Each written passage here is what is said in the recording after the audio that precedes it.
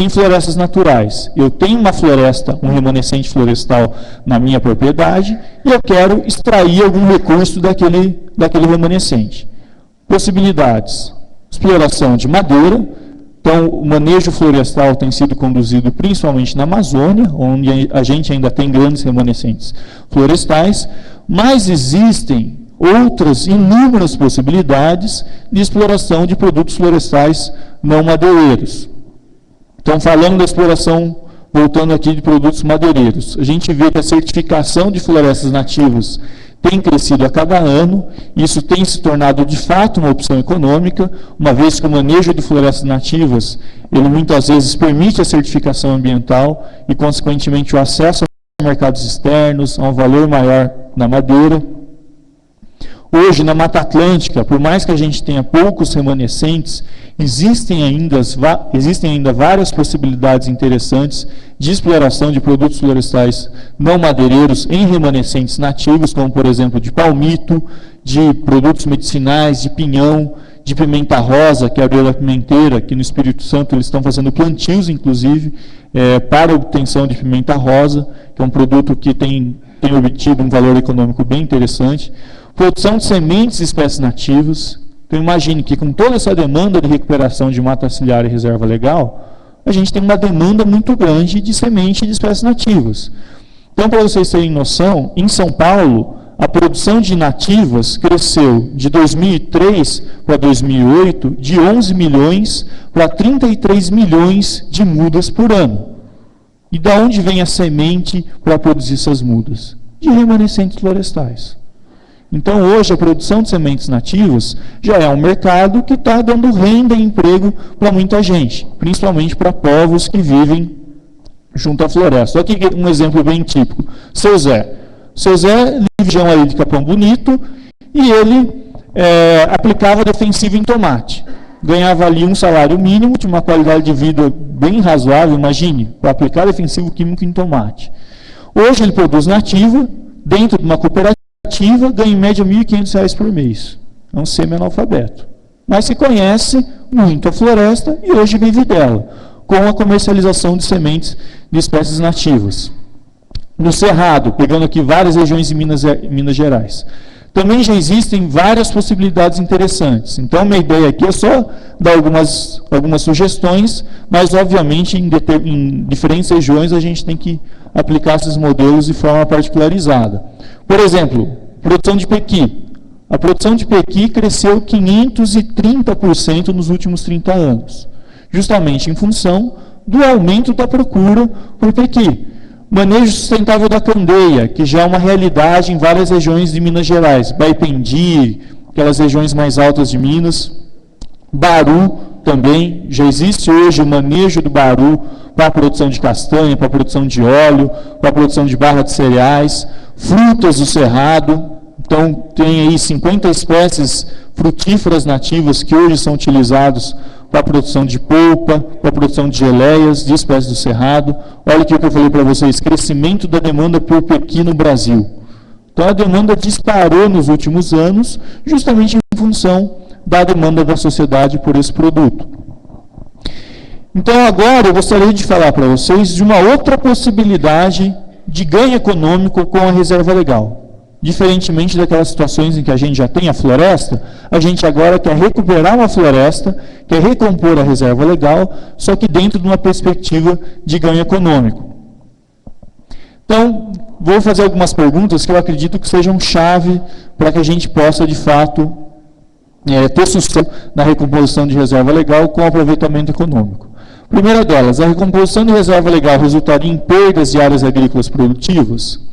Então, o Pacto pela Restauração da Mata Atlântica, que é um grande programa de restauração que foi criado em 2000, oficialmente em 2009, ele fez um levantamento das áreas de baixa aptidão agrícola e de alta aptidão florestal. Foram consideradas áreas que têm acima de 15 graus com o uso do solo, principalmente de pastagem extensiva. Áreas que hoje têm lá meia cabeça de gado por hectare e que dá um retorno econômico muito baixo para o produtor. Então, foi feito um cálculo e observou-se que hoje há 6.500.000 hectares de áreas consideradas como sendo de baixa aptidão agrícola no Brasil, na Mata Atlântica, não no Brasil. Isso só na Mata Atlântica. Então, todo esse montão de área aí, hoje, dá um lucro muito pequeno para o agricultor. E qual que é a nossa proposta hoje dentro do pacto? Ao invés da gente continuar utilizando essas áreas como pecuária extensiva, vamos produzir floresta nessas áreas. Floresta com uso econômico. Então, aqui um outro exemplo, esse é o total, né, de áreas potenciais para restauração, incluindo áreas de preservação permanente e de áreas de baixa aptidão agrícola. Então, que tipo de área que a gente está falando em implantar reflorestamentos nativos para ter um ganho econômico efetivo? Áreas como essa, por exemplo. Vocês acham que essa área aqui dá um bom retorno no produtor rural? Não dá. Ele está insistindo, ele está sendo teimoso em tentar usar aquela área. Mas, de fato, ele não está ganhando dinheiro com aquilo, não de forma que compense o uso dessa área. Olha aqui uma outra situação, isso aqui em Minas Gerais. Produção de chuchu, em Rio de Janeiro. Aqui, o cara tem que usar equipamento de alpinismo, quase, para colher o chuchu.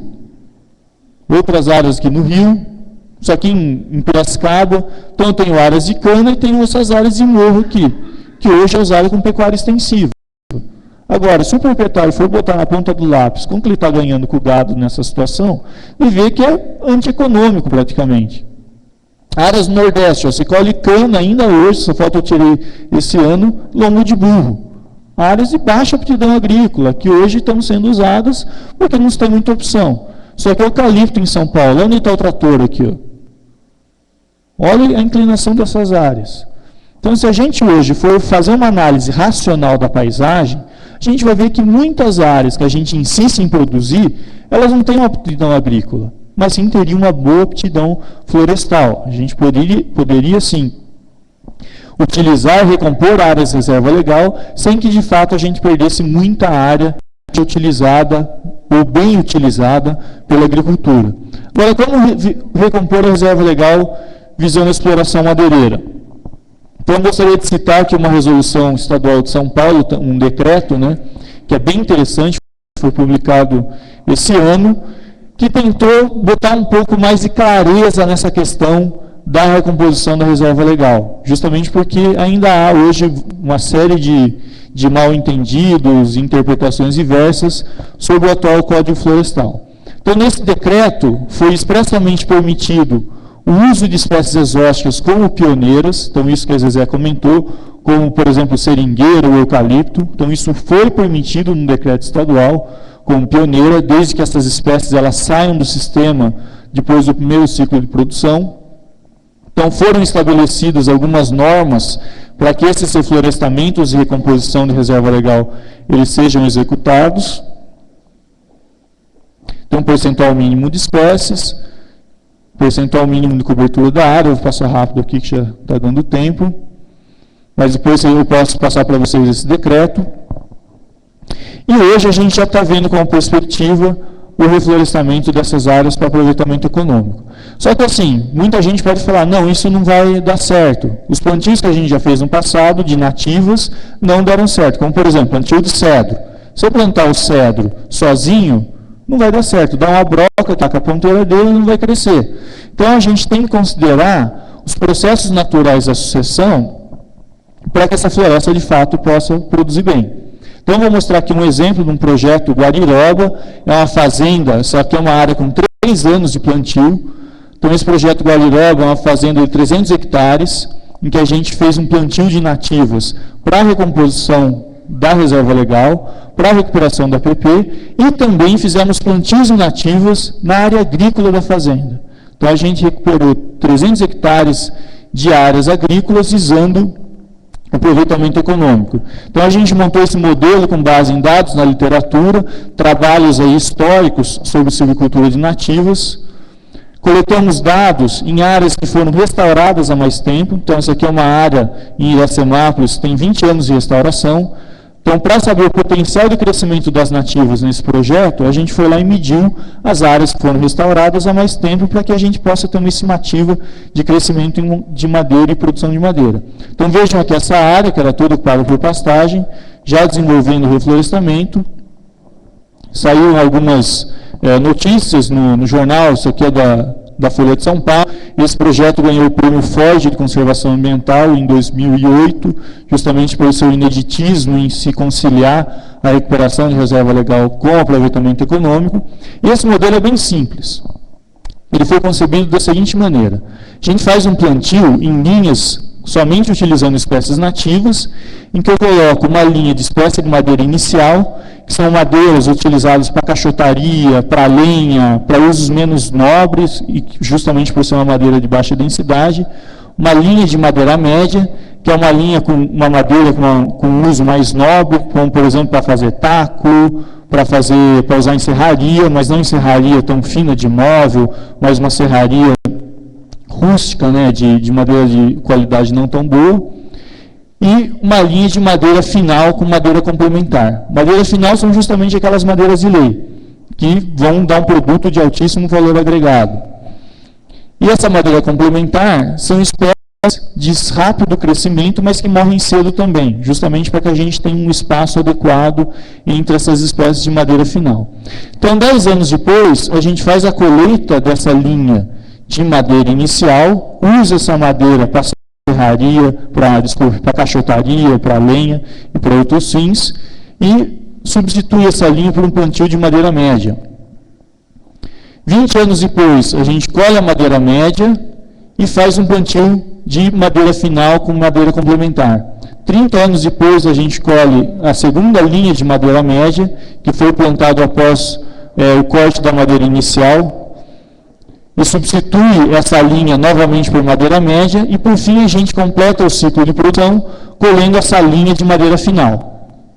Então, dei uma olhada aqui nessa área, que já está implantada há 4 anos, essa área no início do plantio, essa área hoje, eu tirei essa foto 2 semanas atrás, e hoje a gente já está testando também alguns modelos, incorporando o eucalipto como madeira inicial. E esse modelo vai ser testado em regiões sul da Bahia, norte do Espírito Santo. Então, ao invés de usar um grupo de espécies nativas como madeira inicial, a gente usa o eucalipto. E hoje, em 2 possibilidades que vão ser testadas: eucalipto como celulose e eucalipto como madeira. Então, eu posso colher todo o eucalipto ou colho metade do eucalipto, e metade dele eu conduzo para a serraria para corte com 15 anos. E daí, seria lucrativo a reserva legal? Passando bem rápido aqui. Foi feita uma tese no estudo de economia da Unicamp, justamente avaliando a viabilidade econômica desse projeto Guariroba, que eu mostrei para vocês. Então, essa análise econômica, ela mostrou que esse projeto pode render até R$ 350 por hectare ano. E esse rendimento foi comparado com as principais ocupações dessa microbacia. Então, se for ver laranja e milho, dá mais dinheiro do que compor reserva legal. Só que percebam aqui uma coisa interessante: a flutuação dos preços do rendimento em relação ao milho e à laranja. Quando a gente fala de reserva legal, esses valores só aumentam, justamente porque a demanda por madeira aumenta cada vez mais e o preço também aumenta. Então, há uma perspectiva de que a gente tenha um retorno econômico satisfatório com esses modelos. Então, obrigado, pessoal.